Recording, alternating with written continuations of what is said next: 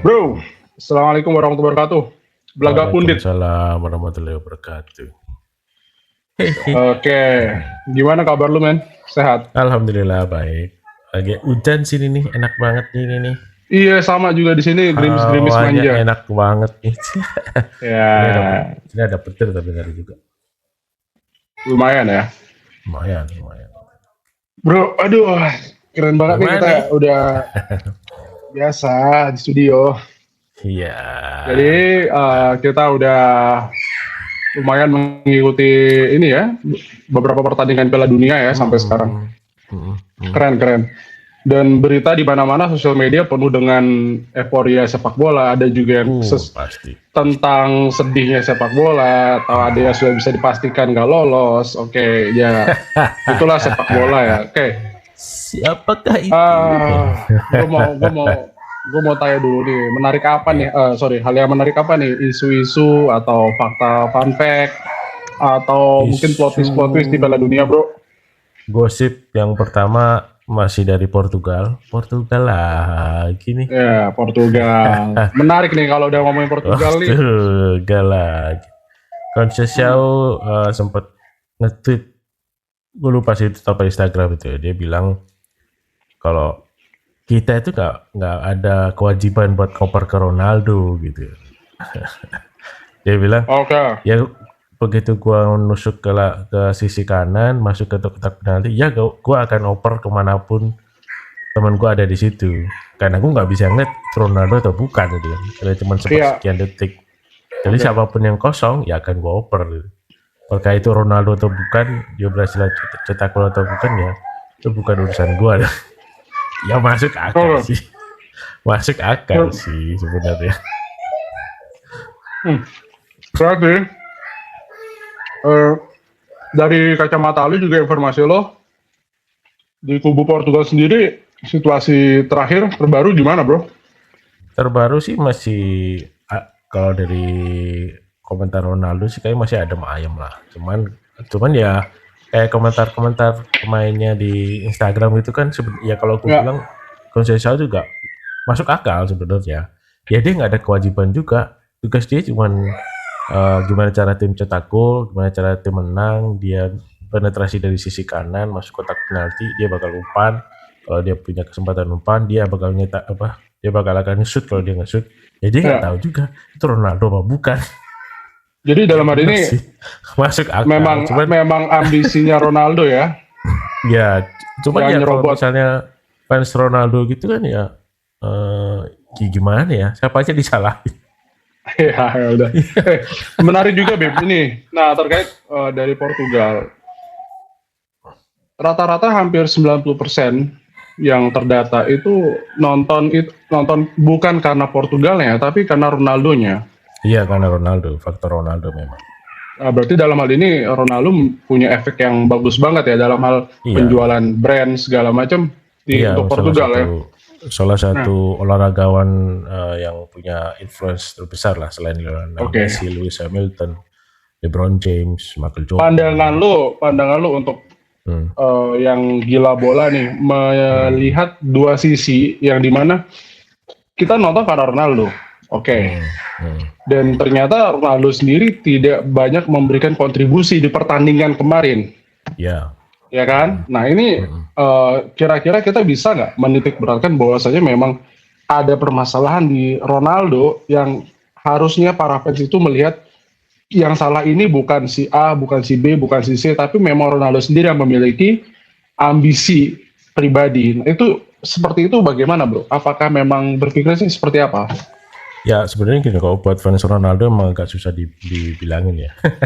Ya karena dia udah terlalu fanatik, ya nggak masalah sebenarnya fanatik. Cuman kita juga harus melihat dari sisi lain bahwa Portugal itu bukan hanya Ronaldo semata. Ya kalau benar kata Thierry Henry, yang dibutuhin itu bukan Ronaldo cetak gol, Ronaldo menang, tapi Portugal yang menang. Jadi kalau lu butuh tim buat menang, ya otomatis lu harus cetak gol lebih banyak dari lawan kan. Dan itu nggak harus semuanya dicetak sama Ronaldo kan. Iya kan. Itu dia maksudnya. Gitu loh. Dalam hal ini misalnya gimana? Dalam hal ini fans Ronaldo juga harus menyadari bahwasanya lo datang nggak usah ekspektasi bahwasanya Ronaldo menjadi man of the match. Ya. Karena Ronaldo bermain di Portugal, berarti lo harus tahu konsekuensinya lo mendukung Ronaldo yang dimana dia bermain untuk Portugal. Dan kalau Ronaldo itu tidak menjadi man of the match, dan harus fair di situ. Ya, cuman masalahnya kan kalau fanatik kan ya susah, apalagi sebelum Ronaldo ya kan, sebelum Ronaldo main itu Mbappe cetak 2 gol, Haaland cetak 2 gol, ditambah Messi hat-trick. Ya. Semakin denial kan, apalagi di komen ini harusnya kartu merah, ini harusnya kartu kuning gitu, harusnya. Ya kita harus fair juga lah, sebelum Messi ngelakuin pelanggaran itu kan sebenarnya Messi cetak gol juga kan, cuman offside. Iya kan. Dan itu juga sebagai bukti bahwa ya Messi ini bukan main-main. Ya. Nggak harus, maksudnya jangan dicoret dulu nama Messi gitu meskipun dia udah tua, tapi punya pengaruh yang besar juga di timnas Argentina gitu. Nah ya, itu efeknya juga ke Ronaldo dan ke fans-fansnya juga. Oke. Ya harus fair lah kalau kita tuh ya ngomong. Nggak bisa. Oke, setuju. Harus man of the match, harus cetak gol, harus ini, akhirnya semua disalahin. Ya Ronaldo bagus, tapi untuk bermain seperti bermain tim ya. Iya harus bermain tim, karena nggak mungkin cuma satu orang kan. Messi pun juga bermain tim. Sekalipun kalau kebutuhan dari tim Roberto Martinez harus mencadangkan Ronaldo, kenapa enggak gitu kan? Iya. Ya kayak dan kalau lu Argentina kemarin kan akhirnya dia ditarik sama Scaloni kan di menit ke 60-an gitu kan. Ya fans Messi juga ya fair lah. Oh ya udah. Tapi in that moment sudah 3 gol ya bro. Iya sudah 3 gol. Ya udahlah gitu. Bentar. Oke. So back to the topic. Untuk kubu Portugal, para pecinta Ronaldo nggak harus tegang karena dari yang lu sampaikan tadi Portugal baik-baik aja. Ya, untuk ruang gantinya semuanya kondusif, nggak ada kecemburuan atau nggak ada saling nge-blaming satu sama lain gitu ya. Ya, Oke. Memang sebenarnya nggak ada apa-apa, mungkin cuman karena komentar dari para pemainnya yang sebenarnya biasa, cuman kayak lihat fans Ronaldo kan, wah ini penyebab. Gue juga nggak bisa mendenial bahwasanya rivalitas abadi itu ya. Iya, rivalitas abadi. Tapi itu menjadi salah satu bumbu penyedap di pertandingan Piala Dunia kali ini ya. Oke. Thank you untuk fans Portugal. Kalian semua harus realize dan juga maksudnya yang bermain Portugal bukan Messi, bukan Ronaldo. Itu aja. Next apa nih Bib yang lagi panas-panas yang lagi hot nih? Yang bisa kita goreng-goreng. Kemarin seharusnya kan Senegal sebagai juara Afrika tuh bisa lah kasih permainan ke Prancis gitu kan ya. Oke. Cuman kenapa mainnya melempem nih? Ternyata bukan rumor sih. Ini udah fix kabar. Sebentar, hasil terakhir kemarin kan memang Senegal kalah sama Prancis. Kalah. Dia sebagai wakil Afrika dan juara Afrika gitu kan ngalahin Maroko. Maroko luar biasa. Senegal ya setidaknya harusnya minimal sama lah. Apalagi skuadnya juga jauh beda sama Piala Afrika. Ternyata ya mungkin dari skema mungkin itu atau ada faktor lain. Faktor lainnya ini kalau gue bilang bonus dari pemain-pemain Senegal waktu juara Piala Afrika dan lolos ke Piala Dunia itu tuh belum dibayar. Gimana bisa diulangi? Jadi bonusnya untuk pemain Senegal waktu mereka menang Piala Afrika sama lolos ke Piala Dunia itu nggak dibayar sama federasinya. Mungkin belum dibayar kali ya. Waduh, menarik. Jadi, luar biasa. Ya, dan bukan itu aja. Ada lagi. Hotel yang ditempatin pemain Senegal itu jauh banget kualitasnya. Mungkin harusnya dapat bintang 5 gitu ya. Mungkin disewain Red Doors gitu. Ini sekarang nih di Piala Dunia sekarang nih. Ya, di dekat training campnya itu kualitas hotelnya sangat-sangat buruk. Dan pemain Senegal harus beli makan di luar dibanding harus makan dari restoran hotel karena makanannya itu kualitasnya buruk. Biayanya. Ya. Oh, kualitas buruk. Oke. Sorry. Untuk Senegal ada lagi? Dan yang ketiga, ternyata pelatih Senegal itu belum ada kontrak dari federasinya. Jadi pelatihnya nggak tahu digaji apa enggak nih. Waduh, gimana? Jadi ini pelatih ini belum ada kontrak resmi nih. 6 bulan yang lalu kontraknya habis dan seharusnya ada informasi konfirmasi lah mau diperpanjang atau diganti. Tapi sampai sekarang nggak ada konfirmasi dari Federasi Senegal. Jadi ini pelatih ini lanjut atau enggak? Jadi pelatih ini Pak Petio ini statusnya apa? Memang pelatih caretaker kah? Karena dia sekalipun caretaker juga tetap ada paper kan? Iya, nggak jelas. Harus jelas. Dia cuma merasa bertanggung jawab aja sama timnas Senegal karena belum ada kabar gini, dari federasi. Oke. Sebelum ke situ menariknya gini. Kita juga ngelihat kemarin fakta bahwa ternyata ada 2 case yang dimana ada dari negara itu sendiri dan ada negara penyelenggara ya. Kalau dari negara penyelenggara problematikanya kemarin di Jepang. Untuk timnas Jepang kan yang dapetin kualitas lapangan buruk banget. Bahkan kualitas Tarkam itu fair, itu penyelenggara loh yang punya tanggung jawab. Tapi untuk ini Bib, ini gua nggak bisa ngomong sih. Tim lu juara Afrika, lolos Piala Dunia, betul. Dan ini nggak dilayani dengan baik gitu. Ini gimana? Yes, yang lu harus sudah memberikan treatment terbaik kepada pemain lu yang membawa nama lu ke kancah dunia. Dan ini berita baru terkuak sekarang nih, kayak ini baru menarik nih. Jadi begini. Baru sebenarnya 2 hari yang lalu tuh udah ada kabar keluar itu ya, karena pemain Senegal tuh tapi masih ini ya, masih ngalor ngidul gitu ya. Terus sekarang mungkin bisa valid. Udah valid sebenarnya, karena ketahuannya mungkin para pemain Senegal ini kenapa lebih banyak makan di luar dibanding di restoran.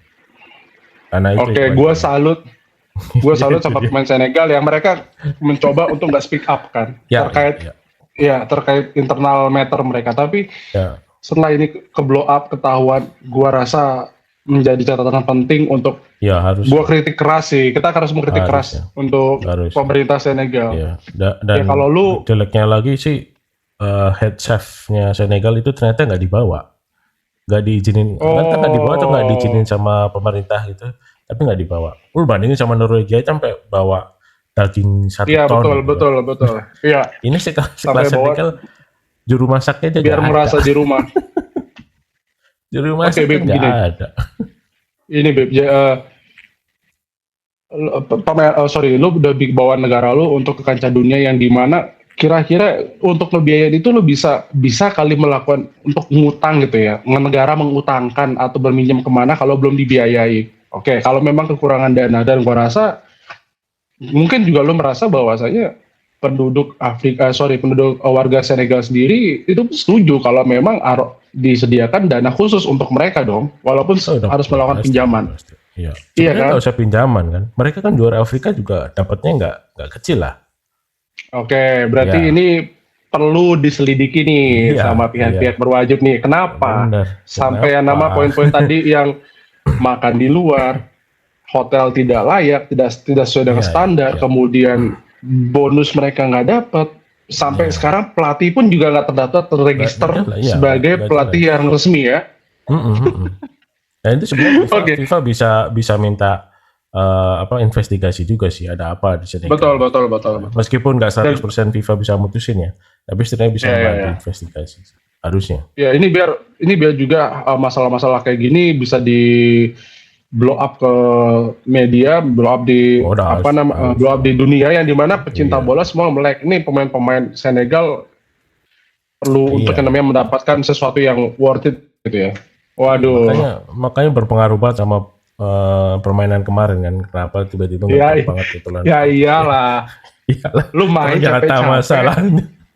Pertanyaan begini, simpel mungkin gini kira-kira. Kalau misalkan gue juara Afrika, gue nggak dapet, kira-kira Piala Dunia gue juara, duitnya kemana sih gitu? Iya itu dia. Sementara tim yang lolos ke Piala Dunia itu kalau nggak salah juga dapat santunan sih, bukan santunan, dapat sponsor lah dari FIFA. Nah itu duitnya kemana? Itu duitnya kemana? Tapi gue juga respect sama staff kepelatihan dari si Pak Petio, yang mereka gua rasa sampai saat ini mereka masih untuk yang namanya stay profesional ya bro. Iya betul. Wah oke, menarik. Kita bantu untuk up ini berita, semoga yang lain juga bisa memberikan respon ya kan. Iya kasihan juga. Atau mungkin nanti semoga memang bukan tidak dibayar tapi belum kali ya. Mudah-mudahan belum. Jangan gak dibayar kasihan. gue jadi keinget di negara Konoha. Ya udahlah ya. Masih mending Konoha kan dikasih Rolex gitu. Iya, ya walaupun hanya hasilnya persahabatan menang ya sekali. Oke. By the way, lanjut. Apalagi nih? Paling rumor transfer lah. Transfer masih agak sepi nih, mungkin karena masih pada cari-cari nama kali ya. Ya kayak beberapa rumor kayak Paulo Dybala bakal ke Juve.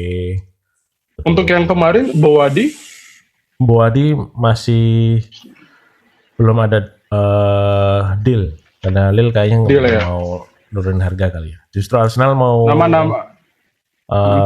incar Bradley Barcola dari PSG. Oke, Barcola. Kira-kira menurut kalau misalkan Barcola jadi ke Inter dapat izin nggak dari PSG nih? Untuk Arsenal. PSG kayaknya open aja sih, selama duitnya cocok lah. Gue rasa angkanya juga nggak kecil dong, udah pasti di atas 70 juta itu. Iya, di atas 80 sih. Bintang muda lagi kan. Oke. Gue menarik, mungkin ada perkembangan terbaru untuk Sandro Tonali, Elliot Anderson. Sandro Tonali kemungkinan besar antara ke Liverpool, cuman masih tentatif ya. Ini masih belum deal harganya. Newcastle juga kayaknya nggak mau lepas murah. Elliot Anderson masih tetap di Nottingham Forest karena nilainya yang cukup lumayan tinggi. City pun juga nggak sanggup untuk bayar. City pun kemungkinan harus jual pemain dulu kayaknya. Angka terakhir untuk klausulnya? Masih di atas 150. Wow, ngeri. Untuk pemain yang belum mencapai apa-apa ya. Iya, cuman ya pemain Inggris kan tahu sendiri lah. Harganya melambung tinggi. Karena peran waktu itu juga sempat diperbincangkan juga, dipermasalahkan juga angka Declan Rice karena datang pertama ke Arsenal belum mampu, betul kan? Musim pertama belum mampu, tapi di musim kedua akhirnya dia mampu untuk juara Premier League. Nah kalau sekarang harga Declan Rice seperti itu 150 juta, gue setuju. Elliot Anderson 150 juta, lu ngipi kali ya? Gimana? Tapi sorry, oke. Dari pandangan lu sendiri, kira-kira worth it nggak dia di angka segitu, dan di klub mana yang paling cocok untuk dia bermain? Kalau worth it-nya masih terlalu tinggi ya kalau gue bilangnya, karena ya itu tadi masih belum terlalu terbukti, masih bisa jadi one season wonder juga. Mungkin di angka 80 masih relatif oke lah. Lu lihat Harry Maguire aja 80 ya. Untuk kayak padahal belum terlalu itu juga kan, iya kan? Tapi dia udah bawa Premier League loh waktu itu, 80 loh. Ya 80 kan? Nah ini sekarang 80. Declan Rice 100 juta itu sudah bawa ini. Terus Jack Grealish, tapi gue gini.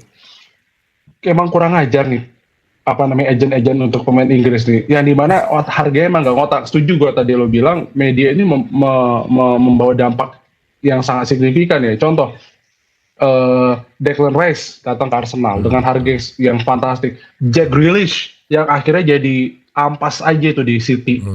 Iya kan, angkanya ngeri juga untuk seorang Jack Grealish yang waktu itu di Aston Villa. Nah ini kira-kira angka yang diberikan untuk dilabelkan ke pemain-pemain kayak seperti yang gue sebutin tadi, atau mungkin pemain-pemain yang lain ya yang dengan angka yang sangat fantastis, ada pengaruhnya nggak untuk di performa di lapangan? Sebenarnya kalau pengaruhnya nggak terlalu berpengaruh ya. Mereka ya pasti atau beban gitu. Beban sih kayaknya enggak sih, kayak. Cuman gue menyoroti bagaimana peran media Inggris ini sangat-sangat membantu kompetisi liga. Ya kayak seolah mau sebagai sisi marketing lah. Ini pemainnya bagus nih, harganya segini nih. Ini pemainnya bagus nih, harga segini. Jadi ya gue bilang wajar, dan ini harusnya bisa dicontoh sama liga-liga lain gitu loh, supaya liga mereka sendiri masing-masing bisa maju. Ya lu bayangin Inter Milan juara Scudetto, bonusnya itu nggak ada 1/10-nya dari Burnley. Gue setuju transformasi sepak bola antara 20 tahun lalu sama yang sekarang itu berbeda banget, apalagi untuk di Liga Inggris. Dulu liga terbaik masih dipegang oleh Serie A. Yang pure sport, pure football, kemudian berubah menjadi rivalitas antara Ronaldinho kemudian Ronaldo dan Messi, yang dimana akhirnya Liga Spanyol. Ya. Iya kan? Tapi gue nggak tahu nih, memang kehadiran media atau permainan media atau mungkin kompetitif atau sistem bisnis daripada marketingnya di Liga Inggris itu membuat seolah-olah Liga Inggris lah liga terbaik. Memang. Iya kan? Memang dari Padahal pencapaian untuk liga terbaik di zaman kita dulu waktu masih 10-20 tahun yang lalu itu mengatakan lu liga terbaik kalau lu bisa Liga Champion. Iya, cuma betul sekarang kan beda nih. Nah, ya oke. Itu yang memang sekarang beda nih. Ya. Media. Kalau pandangan gue, Bib, ya, kalau untuk Real Madrid beli situ ya nggak apa-apa. Barcelona beli klub yang punya uang. Permasalahannya setelah Real Madrid, Barca, Atletico Madrid, klub ke bawah itu kan jomplang banget. Inter aja tadi lo bilang bonus kode itu nggak sampai. Jauh. Full daripada Burnley. Jauh. Itu, gue bilang oke. Jauh sih. Cuman gue melihat bagaimana Liga Inggris ini bertransformasi dengan sangat-sangat baik. Dan peran media ini nggak boleh dikucilkan juga lah. Gimana justru peran media ini sangat-sangat utama gitu loh. Lu gimana caranya mempromosikan kompetisi lu, gimana mempromosikan pemain-pemain muda Inggris, gitu kan? Akhirnya mungkin sekelas Jack Grealish, mungkin sekelas Adam Wharton, Elliot Anderson itu diplot bisa kayak melampaui Andrea Pirlo, Sandro Del Piero. Jadi gini, Beb. Jadi ada pengaruh buruk nggak? Ada dampak negatif nggak untuk para pemain yang akhirnya menilai bahwa diri mereka memang gua pantas dengan harga segitu, padahal mungkin dari pandangan sepak bola lu belum pantas. Akhirnya terjadilah negosiasi harga salary yang tinggi banget segitu. Nah itu gimana, Beb? Pengaruh nggak? Ya bisa jadi dua sisi mata uang sih. Mungkin bagi pemain yang profesional dia bakal nunjukin bahwa ya memang gue pantas nilai segitu gitu. Dan itu terbukti ada beberapa ya mungkin kayak Wayne Rooney, Michael Owen, di era sekarang mungkin ada Harry Kane, ya kan, Bukayo Saka ya. Cuman ada juga yang mungkin akan drop, yang akhirnya hilang entah kemana ya kayak Jack Grealish, ya, Jadon Sancho, ya kayak ya ada yang begitulah. Cuman kalau dari sisi klub ya mungkin akan bilang wah brengsek juga nih Liga Inggris nih harganya segitu mungkin ya kan? kayak pemain Inter mungkin gue juara Scudetto ke Liga Champions tapi dapat hadiahnya nggak ada setengahnya Burnley. Perspektif itu naiknya popularitas dari sebuah liga yang menjadi ladang cuan untuk para pebisnis atau para owner dengan prestasi yang didapatkan setiap klub itu equal nggak, seimbang nggak? Perspektif gua dengan kondisi sekarang terutama di Liga Inggris itu ya ada imbangnya ada enggaknya. Gimana gue bilang ada imbangnya ada enggaknya? Kalau untuk di internal maksudnya di Liga Inggris sendiri ya oke lah masih seimbang. Cuman di lu lari keluar kayaknya kok beda jauh gitu. Iya. Iya kan? Karena Liga Inggris kan menganut sistem yang adil ya. Maksudnya lu Liverpool di atas, Burnley di bawah, pembagian TV right-nya hampir rata. Nggak ada klub besar, ada klub kecil. Jadi klub kecil masih bisa ada dana tinggi. Cuman ketika lu lari keluar, Burnley yang bukan apa-apa, Burnley nggak masuk ke Liga Champions, itu bisa jauh lebih kaya daripada Inter. Iya. Fakta ini juga menarik yang akhirnya terbukti. Mungkin tahun ini terbukti karena 3 kontestan dari Inggris untuk diperwakikan Eropa semuanya tembus sampai ke partai final. Walaupun at the end of the day-nya Arsenal ternyata tergelincir juga ya. Kita lihat Crystal Palace dapat, kemudian siapa satu lagi yang juara Crystal Palace untuk yang di CONCACAF, untuk di Conference League ya. Iya. Yang di UEFA Europa League itu Aston Villa, Crystal Palace juara. Dengan klub dengan pendapatan yang lumayan tinggi untuk di Eropa, gua rasa apa yang akhirnya mereka capai ya absolutely worth it ya. Tapi gua nggak tahu nanti ke depan seperti apa. Menarik. Thank you, Bib. Nah, ada lagi nggak bro? Sebelum kita coba kulik dikit nih apa yang kejadian semalam atau 2 hari yang lalu. Transfer kayaknya masih sekitar gitu aja. Belum ada bombastis banget sih. Masih segitu. Belum ada yang ini. Masih dalam tahap pendekatan ya? Iya, bisa menunggu babak 32 besar, babak 16 besar gitu baru. Ini baru. Oke, sip. Bib, kita coba lompat ke kompetisi yang lagi digelar ya, Piala Dunia. Oke. Di grup, gue mau bahas dikit untuk di grup. Sorry, bentar. Grup mana? Yes. Iya, oke. Grup E. Karena kita kemarin sempat melewatkan grup E. Oke, karena gue nggak pengen ngebahas tentang Turki. Oke, bagi gue apa yang diraih oleh Turki sangat. Ya, gue nggak bisa ngomong banyak ya. Ya sebenarnya ya inilah kejamnya sepak bola. Turki itu ada 65 shots, tapi nggak satu pun bisa cetak gol. Iya, bener-bener yang namanya data itu nggak bisa menjadi angka pasti, bukan juga finalisasi dari setiap sebuah hasil sepak bola. Oke, menarik. Dan komposisi pemain Turki juga nggak kaleng-kaleng. Gak kaleng-kaleng. Iya dong. Punya Arda Güler, ada Yildiz, ada Yilmaz, ada the best regista in the world, Hakan Çalhanoğlu. Oke, tapi di sisi fact, tersingkir. Paraguay mampu untuk menyingkirkan ekspektasi dari seorang Arda Güler ya. Iya. Dan gue rasa Vincenzo Montella lu harus coba otak-atik lagi for the next ini. Gue nggak tahu gimana nanti masa depannya Vincenzo Montella di situ. Ya paling dipecat. Oke. Bib, kita masuk ke grup E, Bib. Kemarin ini menarik dua pertandingan kemarin, 2 hari yang lalu, yaitu Ekuador Curaçao. Wow, hasil 0-0. Kita nggak akan coba melihat hasil 0-0, tapi bagaimana pendapat lo terhadap performa dari seorang Eloy Room? Luar biasa. Oke. Luar biasa. Ini salah Data satu mengatakan bahwasanya dari Patrick Kluivert nih. Betul.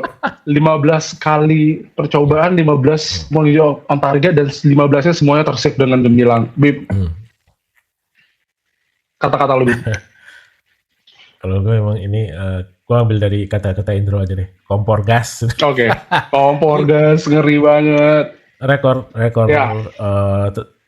terbaru ya dari Eloy Room ya, dan terutama di Piala Dunia, save terbanyak selama 90 menit. Sebelumnya kan Tim Howard 16 save, cuman dia main 120 menit kan waktu singkat kalah sama Belgia kalau nggak salah.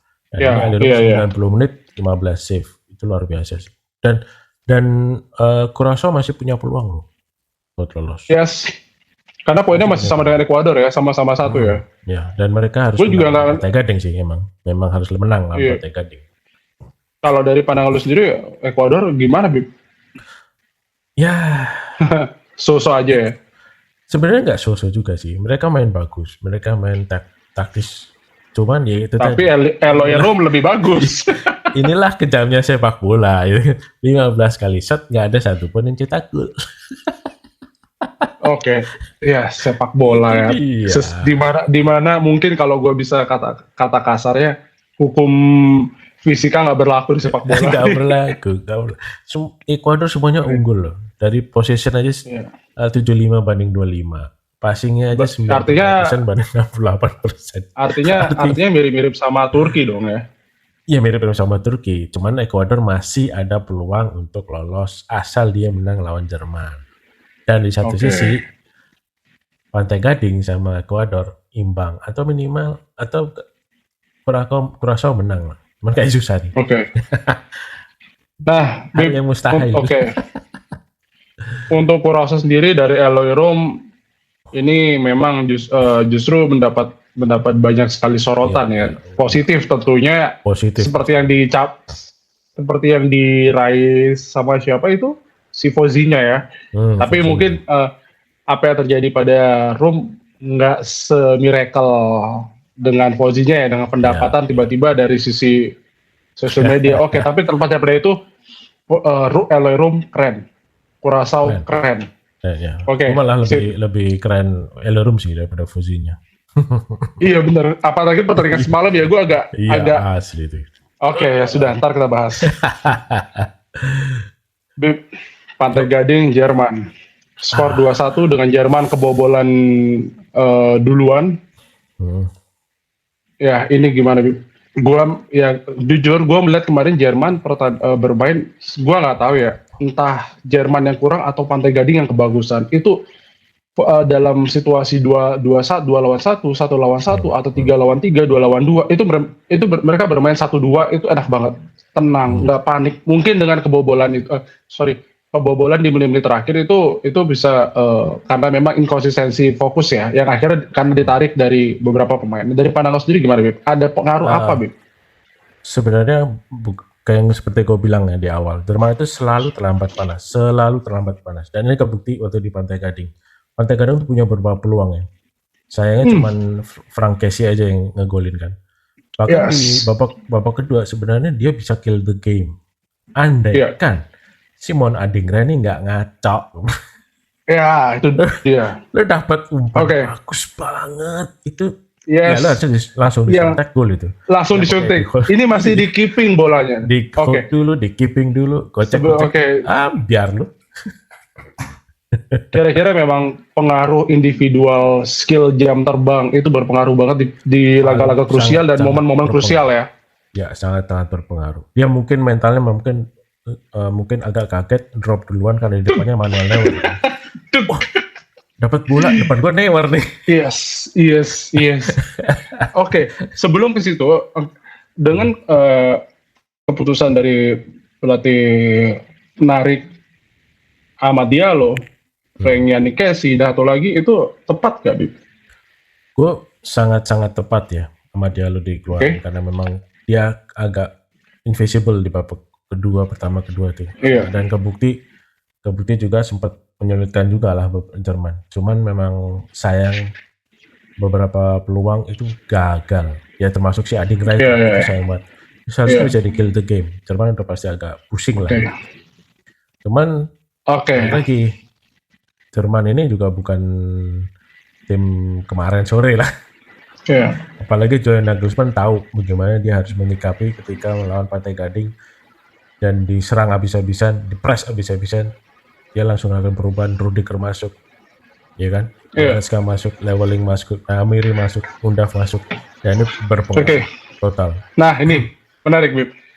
Thomas Tuchel sebelum Piala Dunia menyebutkan mewarning ke Julian Nagelsmann kalau lu mau permainan yang sangat efektif, taruh Jamal Musiala, masukkan Undav. Nah, karena memang Jamal Musiala di Bayern Munchen dalam setahun terakhir jam bermainnya kurang karena faktor cedera dan lain sebagainya. Undav di sini memiliki peran, tapi bagi Nagelsmann itu dicadangkan. Ya, akhirnya mereka babak kedua. Lu setuju atau enggak dengan ucapan dari Jurgen Klopp yang menyatakan bahwasanya lu cadangin dulu Musiala, fokusin ke Undav? Ya, sebenarnya sempat gue bilang kemarin kan, Musiala kemungkinan bakal dicadangin, tapi ternyata enggak. Kenapa gue bilang begitu? Karena faktor cedera ini, kemarin cederanya cukup parah Musiala. Mental dia mungkin masih belum kebentuk. Lihat kayak mainnya Musiala waktu setelah cedera ya di Munchen ya. Dulu sering banget dia penetrasi ke kotak penalti. Dan sekarang dia coba main simple. Efektif, sangat efektif sebenarnya. Dia cepat cetak gol juga kan. Cuman mental dia memang belum kebentuk, belum kebiasa lah istilahnya. Dan mungkin bisa aja si Musiala dicadangin. Mungkin nanti ya tanding ketiga ya. Kasih kesempatan Undav, dan gue menilai ada satu sosok yang bisa gantiin Musiala di situ dengan masuknya Amiri. Itu mungkin bisa jadi salah satu alternatif ya, opsi alternatif di lini tengah sebenarnya. Mungkin Undav bolehlah sekarang jadi starting 11 gantiin Kai Havertz. Iya.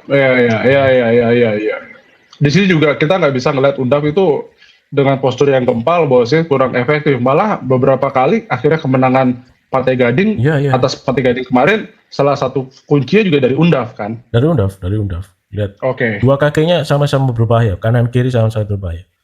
Nah, mudah-mudahan ini kita sudah bisa. Mudah-mudahan Ronaldo nonton game Undav, jadi tahu gimana cara striker bermain. Iya, Bib. Jerman sudah dipastikan untuk lolos. Untuk saat tadi prediksi lo nih, kira-kira apa yang harus dilakukan Julian Nagelsmann kalau memang Jerman menghadapi negara besar? Kembali lagi, Musiala harus dicadangkan, Undaf dimainkan, atau malah format skemanya tetap seperti di awal yang dimana Musiala menjadi starting line up? Gue tergantung lihat komposisi lawan dulu ya. Kalau lawan tipe-tipe tim yang main pressing kayak Pantai Gading, main keras, main yang agak cenderung kasar. Better Undaf dimainin, Musiala mungkin stop dulu, Amiri yang dimainin. Kenapa? Karena Musiala yang gue bilang tadi mental agak turun. Ketika lawan pressing, lawan yang tim-tim yang keras, dia kelihatan banget mentalnya masih belum siap lah. Wah, Oke. Lagi nih kayak gitu. Kalau melawan tim yang open, nggak terlalu banyak main pressing, high defense-nya juga nggak terlalu low, boleh Havertz dimainin, Musiala juga dimainin nggak masalah. Karena ya dengan tim lawan tim yang open, Jordan masih bisa handle lah itu. Oke, nanti kita coba lihat gimana di Jerman fase knockout ya. Gua rasa Nagelsmann mau nggak mau memang harus merubah taktik ya, dimana kayak tadi faktor daripada Musiala sendiri memang sedang merebuild kembali kepercayaan diri, dan juga di event-event besar dia harus lebih ekstra diperhatikan ya. Oke, thank you Bib. So, well, kita untuk di grup F sendiri Bib, ini menjadi keren juga nih apa yang kita bahas kemarin terkait Belanda Swedia ya. Kalau Jepang Tunisia sudah ya, itu gua rasa sebelum bermain Jepang juga sudah menyangka bahwasanya kemenangan sudah pasti, walaupun angkanya ternyata di luar dugaan, angka 3-0 itu keren banget. 4-0. Oke. Congrats buat Moriyasu, akhirnya Jepang bisa menempati di posisi kedua ya. Ya. Nah, Bib, dikit lagi lolos. Belanda Swedia. Gila, gue bilang gila. Ronald Koeman berani nih merubah komposisi pemain ya kan. Cukup kaget. Oke, 3-0. Gue butuh pandangan lebih terkait keputusan ini untuk memasukkan merubah komposisi pemain. Ya, ini yang waktu gue lihat pertandingannya tuh gue cukup kaget serius. Digeser ke kanan, Summerfield dicadangin, berani loh Summerfield dicadangin. Padahal berbeda kan, sangat-sangat. Iya. Dan Brian Brobbey. Yes. Brian Brobbey ini wah luar biasa nih. Ini pemain udah cukup umur juga kan, mau menjelang 30. Tapi pengalaman boleh. Oke. Pengalaman sangat penting Brobbey. Gakpo tetap di kiri, sementara sisanya oke lah. Belakang ke tengah sama. Dan gimana? Sorry. Terlepas dari angka 5-1. Ya. Oke. Kira-kira apa yang membuat akhirnya Ronald Koeman berani memasukkan Brobbey menjadi starting line up, dan kemudian Daniel Malen yang biasa kita saksikan di Roma itu memang posisi aslinya adalah seorang goal getter dan target man, kemudian digeser menjadi di bagian sisi kanan. Gimana, Bib? Kayaknya memang Koeman ngelihat ini partai hidup mati nih.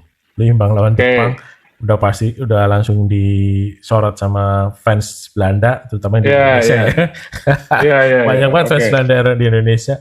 Ya dia mau nggak mau harus melakukan perubahan lah, opsi perubahan lah. Lu nggak bisa lagi pakai formasi kemarin, main defensif, lu harus offensif, all out. Dan beruntungnya Swedia nggak nerapin permainan defensif, nggak nerapin pressing, dan ini ngebantu Belanda banget. Dan Brobbey open play dari Swedia juga akhirnya menjadi bumerang untuk mereka sendiri ya.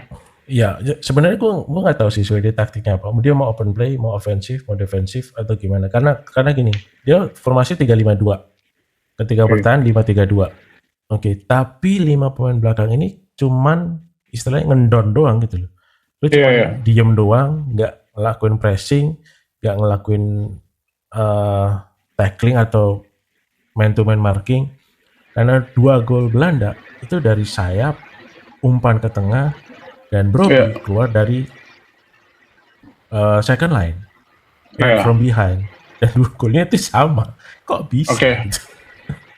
Mungkin ya memang kapasitas orang Brobbey benar-benar menjadi kunci dalam hal ini. Pengalaman Brobbey nggak kaleng-kaleng. Walaupun umur dan kecepatan mungkin sudah berkurang, tapi penempatan diri, positioning dan itu luar biasa. Sangat maksimal banget ya. Oke, Bib. Alexander Isak, kemarin kita udah bahas Alexander Isak, kemudian Gyökeres, Amiri, dibaca bener-bener jangankan untuk menyerang, di tengah sudah dipegang habis-habisan sama Frenkie de Jong. Itu oke. Seperti apa yang lu sebutin bahwasanya memang Frenkie de Jong dan kemudian ada Van Hecke, Van de Ven didampingi sama Virgil van Dijk. Nah ini gue memang memberikan bahwasanya Ronald Koeman lu sudah punya satu pemain yang bisa siap untuk di laga-laga melawan partai-partai besar nih. Iya. Oke. Pandangan lu, Bib? 4 pemain belakang kayaknya udah paten ya. Dumfries di kanan, Van Hecke dan Van Dijk di tengah, Van de Ven di kiri. Kayaknya di tengah juga Gravenberch, De Jong, Reinders kayaknya juga udah paten ya. Mungkin bakal diganti kalau misalnya ada yang cedera. Dan balik lagi sempat gue bilang, Van Dijk, Gravenberch tahu kayak main Isak. Tahu kayak main Harusnya ini bisa diakalin ya. Harusnya bisa diakalin sama pelatih Swedia. Sebenarnya Gyökeres akhirnya merubah posisinya. Gue nggak tahu perintah Potter atau bukan. Dia sering banget main di kanan sayap atau di kiri sayap dan beberapa kali punya peluang. Sayang Verbruggen mainnya bagus. Yes, Verbruggen keren. Mainnya bagus. Menarik. Yes, oke. Nah, Bib, nanti gue akan menaikkan juga ada satu apa ya?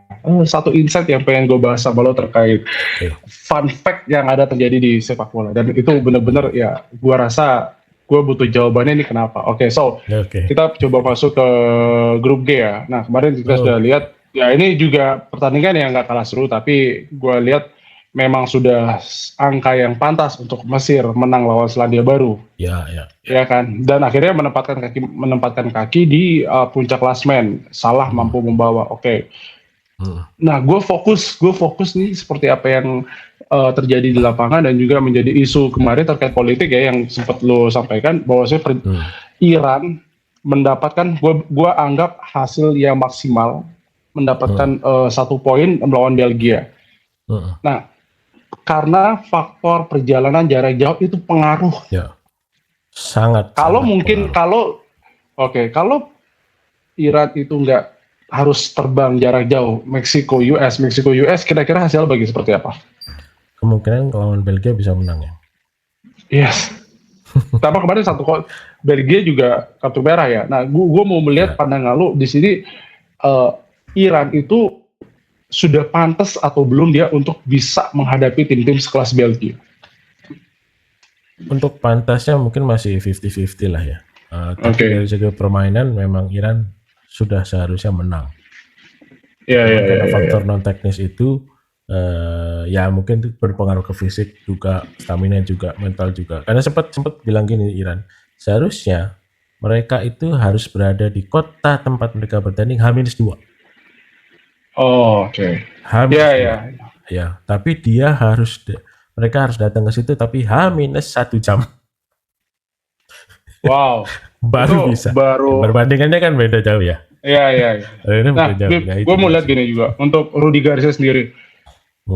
Apa menjadi kendala Rudi Garcia untuk mengoptimalkan karena tidak mampu mengoptimalkan Lukaku, kemudian Decathlare ataupun Salemaker, dan juga pemain yang memang sangat lincah yang gue bisa bilang key player daripada Belgia, yaitu Jeremy Doku. Seperti apa, Bib? Susah itu kah? Sebenarnya nggak susah, cuman pengaruhnya ke Rudi Garcia adalah dia tidak punya taktik lain selain 4-3-3 atau 4-2-3-1. Dia nggak punya taktik itu. Di Roma gagal. Ya kan, di Ligue 1 juga kurang bersinar juga. Sempat masalah ke Liga Arab Saudi juga kayaknya kurang bersinar juga. Jadi memang mentok di pelatih. Nah, kehadiran dari Kevin De Bruyne di usia sekarang untuk di Piala Dunia, kemudian harus merasakan kembali atmosfer Piala Dunia yang gue bisa bilang seperti Liga Inggris ya, intensnya tinggi banget dengan kondisi fisik seperti itu. Menurut lo dia harus memang bermain di starting 11 kah 90 menit atau memang harus mendapatkan porsi istirahat dulu sebentar untuk bermain di panggung cadangan? Kalaupun iya, siapa penggantinya? Kalau Kevin De Bruyne itu sebenarnya gue lebih prefer ya udahlah, masa lu udah habis gitu. Sebenarnya masanya udah habis. Mungkin lu bisa jadi super sub. Ya, ini tugas Belgia sebenarnya kan, harus sebagai pelatih harus cari regenerasi yang bisa jadi penggantian De Bruyne ya. De Ketelaere mampu, tapi sayangnya dia kurang dapat porsi yang bagus. Ada satu nama yang gue sempet kredit lah. Fernandes Pardo. Fernandes Pardo. Di sana juga ada Van Aken, juga ada ya sebenarnya Diego Moreira bisa juga. Onana, tapi bukan Andre Onana itu, Amado Onana. Iya, pemain tengah. Serang midfielder. Ya sebenarnya ada banyak pemain Belgia yang mungkin saatnya sekarang bersinar sebagai pengganti De Bruyne, dikasih kesempatan. Tapi Ketelaere itu sebenarnya kalau dikasih kesempatan bagus, selama dia main di posisinya, bukan di luar posisinya. Jangan tempatin dia di wing atau jangan tempatin dia sebagai striker, pasti melempem. Oke. Dengan strategi yang sangat gue bilang old school, atau mungkin tidak ada kreativitas daripada Rudi Garcia untuk mengutak-atik komposisi strategi daripada Belgia. Pemain-pemain seperti Jeremy Doku, Ketelaere tadi yang lu sebutin juga Pardo, itu bakal bisa bersinar nggak di bawah atau membawa Belgia? Selama masih ada Rudi Garcia dan dia lebih mementingkan pemain senior, kayaknya akan susah. Susah ya? Oke, karena memang dalam hal ini Rudi Garcia juga lebih sangat pragmatis ya, melihat pemain yang sudah bersinar tanpa memberikan uji coba kepada pemain-pemain muda, itu menjadi bumerang juga dong tentunya. Iya. Karena sebenarnya De Bruyne itu sudah mulai menurun jauh. Iya. Jauh dibanding waktu dia dari sisi stamina, kecepatan juga mungkin udah berkurang. Oke. Mungkin untuk Iran ini hasil yang kurang maksimal karena seharusnya dia bisa menang, tapi dengan apa yang dicapai dengan perjalanan jauh, gue respect untuk Iran sih ya. Iya. Karena juga setuju dengan apa yang tadi disampaikan. Penyerang Iran juga Mehdi Tahrami mengatakan dia harusnya memang perjalanan yang dilewati ini sangat jauh banget, dan dia nggak tahu apakah regulasi FIFA itu mampu membantu mereka untuk memudahkan akses untuk pertandingan atau seperti apa. Dan ini kata Tahrami mengatakan ini disaster. Dia belum melihat aksi nyata daripada FIFA. Tanggapan lu gitu? Ya, balik lagi FIFA itu dari awal memang dibilang ini semuanya tergantung negara penyelenggara. FIFA nggak bisa ikut campur. Ya kita tahu lah kenapa FIFA nggak bisa ikut campur, karena Amerika Serikat punya segalanya, dibilang kan. Dan FIFA juga ya udah angkat tangan. Yang penting Piala Dunia lancar. Amerika juga nggak rewel. Ya udah, Iran doang. Oke, tapi kan ini merupakan sebuah catatan penting juga nih untuk bagi para penyelenggara Piala Dunia atau event-event yang lain, bahwasanya tidak diberikan treatment yang merata nih kepada setiap negara, yang akhirnya berdampak pada pertandingan dan performa mereka di lapangan kan. Seperti itu. Oke. Nah, untuk kacamata lu sendiri melihat Iran nih bakal mampu nggak mereka lolos ke fase knockout, karena di sini mereka sudah ada di peringkat 2 ya, dan sudah aman nih mendapatkan poin seri dari Belgia. Sebenarnya balik lagi, kalau Mesir main aman, dia cuma imbang, mungkin Iran bisa. Tapi permasalahannya kondisi non teknis ya kan, stamina, fisik, dan itu berpengaruh. Dan kayaknya kemungkinan besar Iran nggak lolos. Oke. Kemungkinan besar Iran. Terakhir nanti Iran akan lawan Mesir. Belgia akan lawan New Zealand, di mana secara di atas kertas Belgia harusnya bisa menang. Oke. Seharusnya. Tapi ingat Bib, kata-kata lu, inilah kejaminan sepak bola ya. Iya, itu dia. Inilah kejaminan sepak bola. Mampu nggak Rudi Garcia itu mematahin itu? Yes. Oke, menarik. Thank you Bib. Kita udah untuk di grup G, dan kita coba beralih ke grup H, karena semalam juga sudah kita lihat. Ya, luar biasa. Inilah Spanyol. memang akhirnya mengeluarkan siapa jati diri Spanyol dengan memaksakan kalau nggak salah kondisi Lamine Yamal nggak 100% fit kan? Tapi mampu 1 gol ya. 1 gol, luar biasa lah. 1 gol. Iya, dan 4 gol kemarin itu gue lihat, ini jujur, Spanyol yang keren atau Arab Saudi yang nggak jelas mainnya nih? Ya Spanyol tuh emang harusnya keren. Ya, harusnya dari awal tuh kayak gini. Ini baru Spanyol. Oke. Ini baru Spanyol dengan permainan yang benar-benar over offensive Spartan ya. Iya, Yamal tuh dan gue juga di situ. Kenapa lu taruh Ferran Torres di situ? Yes. Oyarzabal juga mampu menjawab, ya kan? Ya, kemudian ya ditambah dengan dapat support, ditambah Arab Saudi mungkin agak sedikit mungkin kaget juga ya ngelawan Spanyol. Waduh, Spanyol nih. Spanyol. Beda lah. Ya, oke.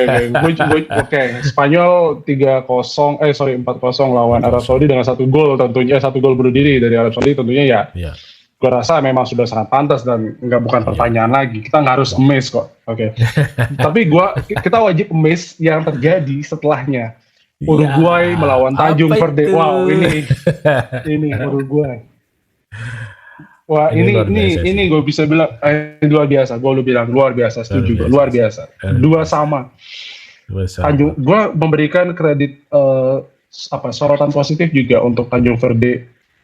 Ini tim nggak bisa lu pandang pendatang baru pertama kali melawan Uruguay yang ditonton langsung sama Luis Suarez. Keren. Bib, dari lo gimana, Bib? Gue cuma satu kata sih. Ini ada apa sama Uruguay? Yes. Ada apa ya, bro? Seolah-olah identitas Amerika Latinnya tuh hilang gitu. Iya, jadi lo kayak permainan yang agresif, permainan yang keras, permainan yang tegas itu gimana, Bib? Ada pengaruh apa, Bib? Uruguay bisa kayak gini itu kenapa? Mungkin pengaruh pemain-pemain yang mungkin baru kali ya. Gue juga nggak pernah lihat nama ini. Paling sebetulnya cuma Ugarte, Bentancur, Muslera. Ya kemarin untuk man of the match diambil oleh Araujo ya kan, Marcos Araujo. Ya. Tapi menjadi pertanyaan begini, kita sempat dibahas di awal. Dan ini juga menjadi goreng-gorengannya media kalau komunikasi antara Bielsa dan pemain Uruguay itu terjadi gap, ada pembatas di situ. Nah itu sejauh apa pengaruhnya terhadap ke performa Uruguay, bro? Ya ini sangat berpengaruh banget ya, karena kita nggak lihat lagi Darwin Núñez di sini di starting 11, ya baru turun menit 69 ya kan. Nggak ada Jose Maria Gimenez juga nggak ada, Facundo Pellistri yang harusnya juga main juga nggak ada. TSV-nya ya ini kayaknya sebenarnya mungkin ya kalau feeling gue adalah masalah Uruguay itu lebih dahsyat daripada Portugal.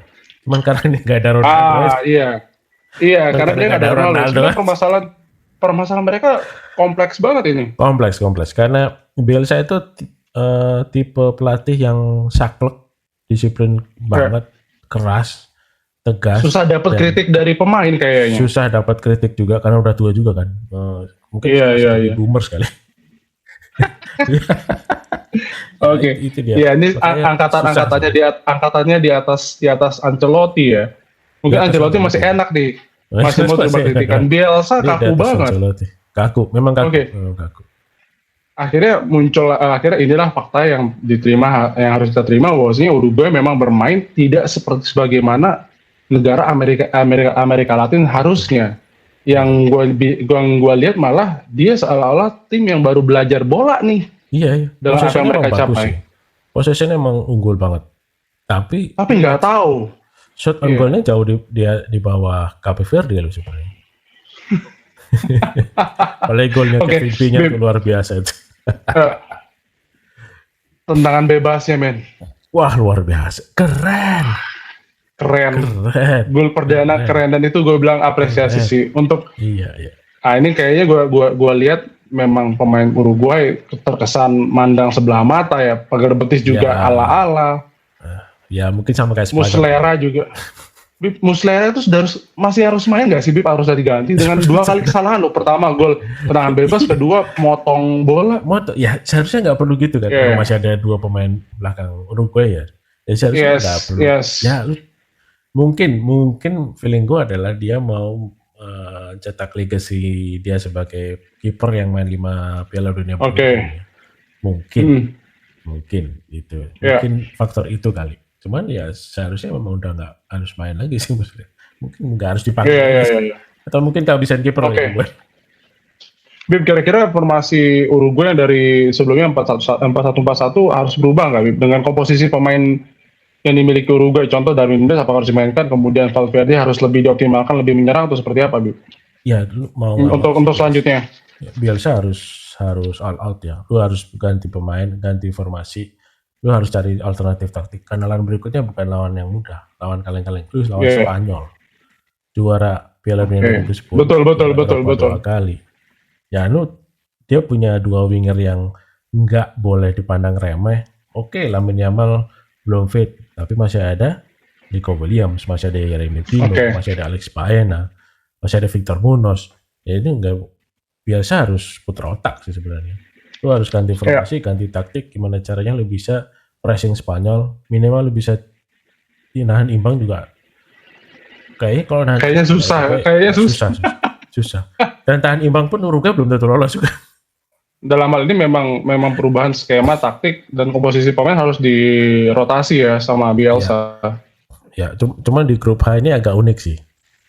Misal seandainya Uruguay imbang lawan Spanyol, sementara Cape Verde imbang lawan Saudi Arabia, Uruguay tetap lolos. Oh, I see. Ya, karena Cape Verde juga nilai 3. Iya. Tapi kalah selisih gol ya. Cape Verde kalah dari jumlah cetak golnya. Selisih gol sama 0-0. Jumlah selisih gol itu sama. Iya, mencetak golnya kurang ya. Kalau imbang bisa 1-1. Cuman kalau misalnya imbang 1-1 Uruguay yang tapi Cape Verde imbang 3-3, Cape Verde yang lolos. Uruguay yang enggak. Oh, I see. Makanya nih menarik nih grup A. Menarik nih. Iya. Jadi setiap pertandingan gol itu wajib. Kalau dulu kita bisa berpikir angka 3 poin itu penting, tapi gol di luar itu gol juga menentukan ya. Iya. Makanya itu apalagi dengan kayak Pertamina kembali ke 0 ya. Balik ke 0. Menang 5-1 kalah 5-1. Wow, oke. Balik ke 0 itu. Menarik. Bib, nanti malam kita akan lihat 2 pertandingan dari 2 grup I dan grup J, yang dimana Norwegia melawan melawan Senegal ini gue bilang sepadan.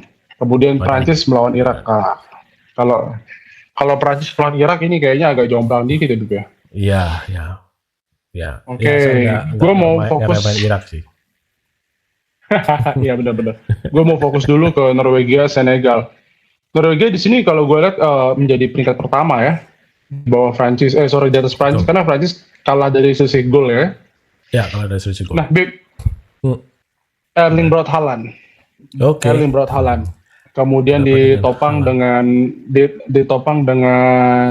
makanan bergizi langsung dibawa dari rumah mereka, dengan chef yang memang dipercaya pemerintah untuk memberikan menu-menu dan nutrisi yang terbaik melawan Senegal. Yang sebelumnya Senegal sudah kalah dari Prancis. Ya. Sejauh apa nih, Bib? Gue akan menyoroti. Nanti Norwegia bisa berbicara. Nah, gue akan menyoroti bagaimana Senegal menyikapi kasus mereka ya. Apakah akan tetap tampil all out? Ya itu berpengaruh soalnya. Apakah akan tampil all out atau justru malah melempem? Nah ini ya. Karena lawan Prancis kita lihat kayaknya bukan Senegal nih. Yes. Dan sekarang ada Norway. Berbeda dari apa yang ditampilkan waktu Piala Afrika ya. Jauh, sangat jauh. Nah, apalagi nih lawan Norwegia. Oke, memang kekuatannya di bawah Prancis. Tapi juga nggak boleh dipandang remeh. Bisa ada Odegaard, ada Sander Berge, ada Haaland, ada pasti ya, ada Nusa, ada Alexander Orlot, ya. Di belakang ada Ajar. Ya itu maksudnya ini lawan yang nggak boleh dipandang remeh juga sama Senegal. Apalagi ada ancaman kalau mereka kalah, sudah pasti mereka bakal out dari Piala Dunia. Oke. Menarik, Bib. Nah, kira-kira Solbakken itu bakal merubah komposisi pemain nggak dari apa yang pada saat melawan Prancis untuk mungkin menyimpan stamina atau tetap memainkan komposisi yang sama? Karena memang kita tahu sendiri bahwasanya nanti mereka akan bermain di MetLife New York itu dengan kondisi yang sangat panas ya. Kondisi yang memang, apalagi Norwegia dengan yang kemarin beredar bahwasanya berita kalau pemain Norwegia itu sangat kesusahan di cuaca panas, Bib. Ya. Kalau feeling Solbakken akan tetap turun full tim ya. Karena dia nggak mau lawan Prancis jadi penentu mereka. Kalau bisa lawan Senegal mereka harus kunci 3 poin, dapat 6 poin udah pasti lolos. Jadi lawan Prancis, Solbakken bisa santai dikit lah, utak-utik main dikit lah gitu. Jadi laga terakhir bisa agak santai. Feeling bakal menarik. full team. Sip. Gue coba pindah langsung ke Prancis ya. Prancis nanti akan melawan Irak. Jelas nama yang sudah akan muncul di otak kita ada dua. Pertama Kylian Mbappe dan juga Michael Olise, yang dimana di pertandingan sebelumnya Olise dan Mbappe itu benar-benar memiliki chemistry yang kuat banget nih. Dengan passing seperti apa? Pertanyaan begini. Kalau menang, gua rasa di atas kertas Prancis pasti menang. Bisa dipastikan menang. Tapi yang menjadi permasalahan adalah siapa yang akan menjadi pencetak top scorer di grup I. Karena Norwegia juga akan ngelawan Senegal. Gua lihat Erling Haaland punya kans untuk menjadi top scorer. Mbappe juga ada. Ya. Gimana, Bib? Gue feeling Mbappe masih akan berpesta ya. Mbappe akan berpesta ya. Jadi dengan ditopang Olise, ada Dembele, ada Dui, mungkin ada Barcola nanti di babak kedua atau akan main dari pertama. Ini udah enak banget sih Mbappe. Udah pasti dimanjain abis lah. Apalagi ada Kira-kira Capocannonieri top scorernya itu bakal di tangan siapa nih di pertandingan match day dari pertandingan kedua di grup I? Mbappe sih. Haaland apakah punya kans? Haaland masih ada kans. Cuman ngelihat dari lawannya Senegal itu agak susah meskipun agak turun ya. Prancis lawannya di atas kertas ya lu jomplang lah kekuatannya. Dan Mbappe kemungkinan besar bisa lah cetak 2 gol di sini. Atau mungkin hat-trick. Mbappe dengan punya ambisi pribadi yang dimana memang menjadi top scorer di Piala Dunia dengan melawan Irak yang notabene justru sangat jauh banget nih peringkat FIFA-nya. Deschamps kira-kira bakal ngerubah komposisi nggak? Mbappe mungkin diistirahatkan dulu, kemudian memasukkan Barcola atau menitik beratkan di Dembele untuk menjadi goal getter atau seperti apa? Atau dari awal juga tetap mainin si Mbappe? Mungkin bisa jadi diistirahatkan. Cuman kalau feeling gue adalah sama kayak Norwegia. Deschamps kemana akan ngunci 3 poin dulu, lolos dulu. Lawan Norwegia mungkin mereka bakal lebih santai. Mungkin bakal diturunin Barcola, mungkin akan diturunin Manu Kone segala macam. Bisa Doi juga mungkin bakal diistirahatin. Feeling sih kalau gue ya mungkin bakal lebih sama lah. All out malah lebih all out biar pasti lolos dulu saya pakai US Meksiko sih. Kalau dari pandangan lo Irak bakal bermain seperti apa nih? Gue agak skeptis juga nih ngebahas Irak nih. Sama kayak Irak sebelumnya. Ya betul lagi. Mungkin menjadi pemanis atau penghibur di grup fase grup ya nggak apa-apa. Tapi untuk bisa mencuri poin, gua rasa misi yang susah ya bro ya. Ya mungkin bukan 3 poin lah. Mungkin curi 1 gol aja mungkin agak susah juga itu. Nah, Bib, untuk dari Graham Arnold juga gua rasa akan bersikap realistis aja dengan hasil yang akan didapat ya. Tetap akan memberikan penampilan yang memang fight ya sepanjang 90 menit, tapi hasil sudah dimenangkan Prancis. Thank you. Nah, kita menarik nih untuk kita akan bahas coba The GOAT. The GOAT, top scorer sepanjang masa bareng Miroslav Klose. Yes, AT&T Stadium Dallas kira-kira bakal menjadi saksi kembali untuk nanti Argentina melawan tim yang sudah menang juga, Austria. Di bawah asuhan Ralf Rangnick, Austria menjadi salah satu tim yang gue bisa bilang diperhitungkan juga untuk di grup. Nah, andil Messi di pertandingan kali ini sangat-sangat penting ya. Pasti sangat-sangat penting. Pertama, andil Messi. Ketika melihat Messi di lapangan, gue ngeliat pemain Argentina itu main lepas, main tanpa beban, mental seolah-olah lu naik 100%. Jadi kayak ada feeling, gue oper bola ke Messi udah pasti gol. Kayak ada feeling itu. Enzo Fernandez Spartan banget di tengah. Rodrigo De Paul, Alexis McAllister. Cuman jangan pasang Lautaro Martinez sebagai striker. Udah itu aja. Oke. Karena ya mungkin agak dengan faktor yang udah umurnya udah mulai naik, kemudian ketajaman yang mulai berkurang ya. Iya, udah mulai menurun jadi timnas Argentina. Yuk. Austria ini apa yang bakal dilakuin Ralf Rangnick kira-kira nih untuk penyerangan nggak usah dimatikan, cukup matikan lini tengah aja atau seperti apa itu? Terlebih lagi mobilitas Messi ini memang harus menjadi ancaman juga nih bro. Iya, ini yang harus diperhatiin sama Rangnick ya, bahwa Messi itu mainnya sekarang bukan lagi gocek, dribbling, tapi dia scanning, dia ngeliat dulu pemain Austria kemana, lini belakangnya gimana, punya peluang nggak dia untuk masuk. Dan itu sangat-sangat berbahaya juga sih buat Austria ya. Oke. Kalau mau mereka main pressing narrow di tengah, tutup jalur bola ke Messi. Di sana mereka punya Sabitzer, punya Laimer, jadi bisa manfaatin sebenarnya. Nah, menarik.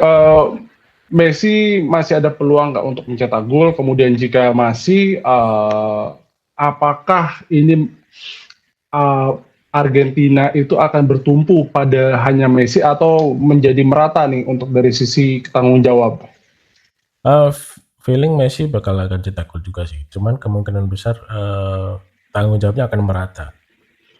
Enzo Fernandez punya perannya sendiri di situ, De Paul juga ada peran sendiri, Alexis McAllister juga. Mungkin nanti kalau diturunin Julian Alvarez sebagai pengganti Martinez juga mungkin akan punya peran juga di situ. Jadi masing-masing punya tanggung jawab pribadi, punya tanggung jawab sebagai pemain di timnas Argentina, dengan Messi yang akan nopang itu semua sebenarnya. Oke, bro. Nah ini juga menarik, gue pengen tahu Ralf Rangnick target kira-kira nih apakah menjadi target Ralf Rangnick untuk bisa di puncak klasmen atau memang untuk yang pasti lolos dulu nih? Kemungkinan yang pasti dia paling ngincar 1 poin lawan Argentina. Itu dapat nilai 4. Sebenarnya dia bisa aman dulu di posisi 3 terbaik ya. Kalah 1-0 pun dia masih sebagai posisi 3 terbaik. Di pertandingan terakhir ngelawan Algeria, ini masih bisa mereka curi poin atau dapat kemenangan. Nah itu mereka pasti lolos. Imbang pun pasti lolos. Kira-kira Austria ada peluang untuk mencuri poin minimal 1 poin atau mungkin bisa menang lawan Argentina? Bisa mencuri 1 poin. Itu sangat-sangat bisa. Tapi udah pasti dong Argentina juga nggak akan melihat partai ini sebagai partai laga uji coba karena memang 1 poin penting, 3 poin berikutnya itu penting sekali, penting banget ya. Iya. Gue harap sih pertandingan nanti bisa berjalan intens ya, dalam artian memang kalaupun hasilnya draw itu akan sangat seru banget gitu. Kita lihat pasti. Bib, mengacu pada kejadian pertandingan sebelumnya yang dimana kontroversial daripada pelanggaran yang dilakukan Messi terlepas dari tidak dapatkan kartu kuning atau kartu merah, berpengaruh untuk pertandingan kali ini nggak? Kemungkinan sih enggak sih. Argentina kayaknya nggak terlalu peduli juga sih dengan omongan orang Messi sebagai anak FIFA, ya kan, anak emas FIFA atau apalah. ya kita tahu lah Messi itu mainnya gimana. Nggak usah kontroversi wasit. Sebelum kejadian itu pun Messi udah ngobrak-ngabrik pertahanannya Aljazair. Bahkan cetak 1 gol sayangnya offside. Oke. Nah mungkin juga Messi kayak gimana? Hal-hal seperti ini juga menjadi catatan untuk komite ya dalam hal mengoptimalkan mungkin dari VAR atau keputusan wasit yang memang kita juga harus berlapang dada seperti yang lo sebut di beberapa waktu lalu.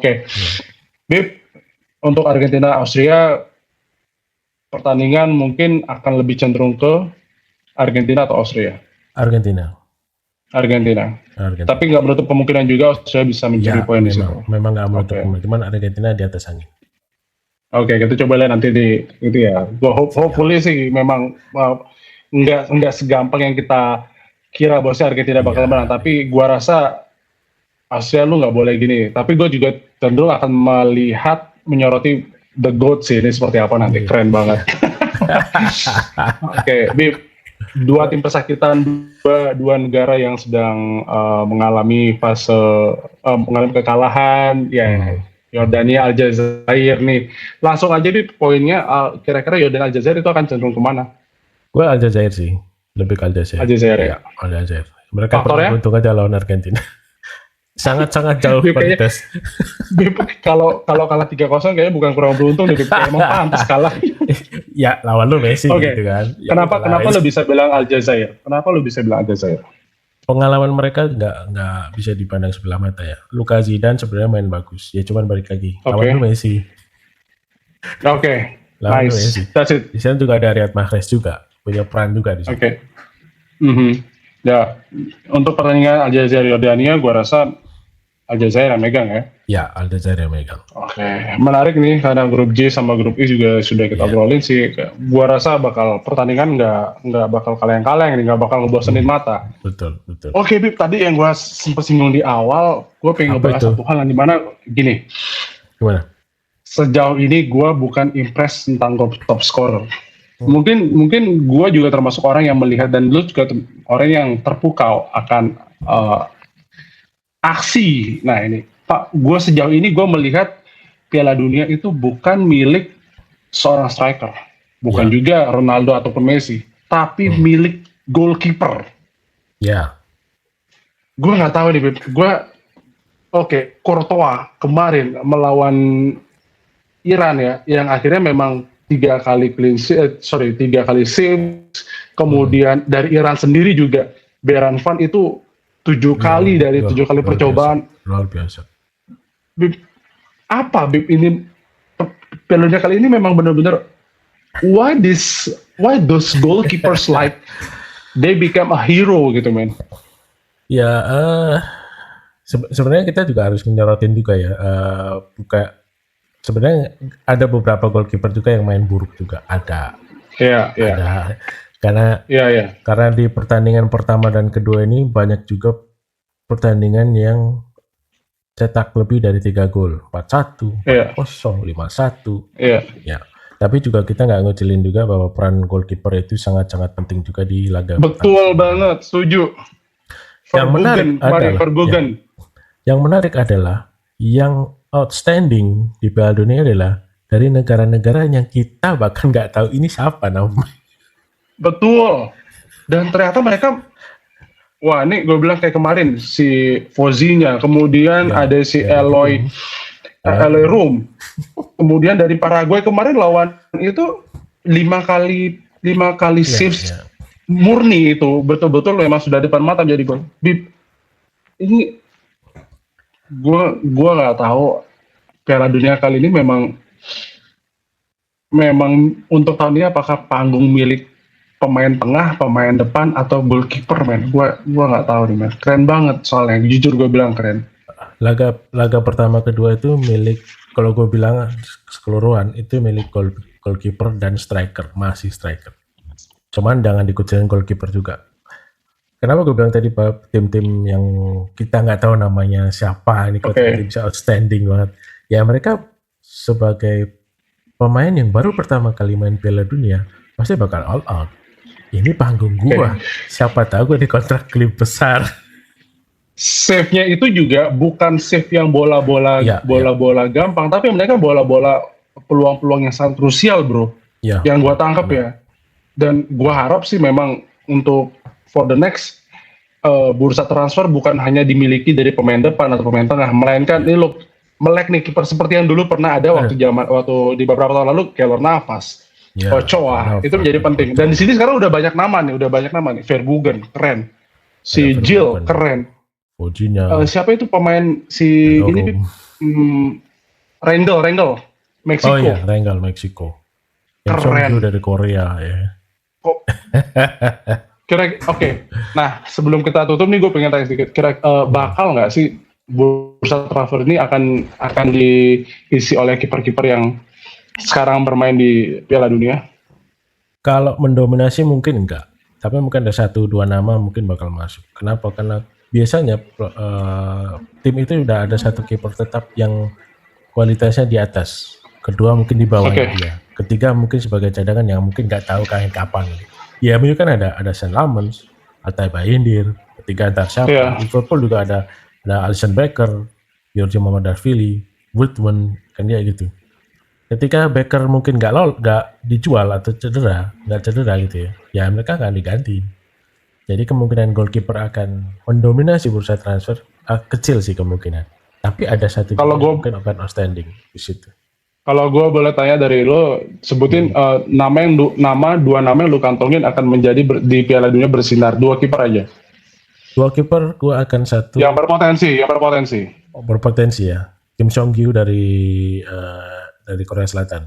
Kim Song-gyu Korea Selatan. Yang kedua sebenarnya gue lebih ada dua nama sih. Cuman kalau cuma milih dua, gue satu lagi John Suzuki dari Jepang. Dua-duanya Asia. Jepang ya, keren ya. Dua-duanya Asia. Oke. Terlepas dari mungkin ada Jepang memang menang dan Korea juga kalah, tapi dua penampilan kiper itu gue nggak bisa bilang kaleng-kaleng. Mereka hero. Ya. Oke, thank you Bib untuk masukan lo dengan dua nama kiper tadi, karena gue lihat memang kiper menjadi salah satu aktor dalam panggung besar ini, bro ya. Oke, so Habib, gue tunggu lagi berita dari lo dan semoga bisa mewarnai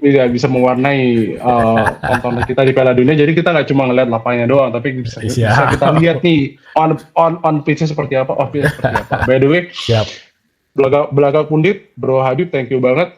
Dari gue appreciate banget. So gue tutup dengan wassalamualaikum warahmatullahi wabarakatuh. Waalaikumsalam warahmatullahi wabarakatuh.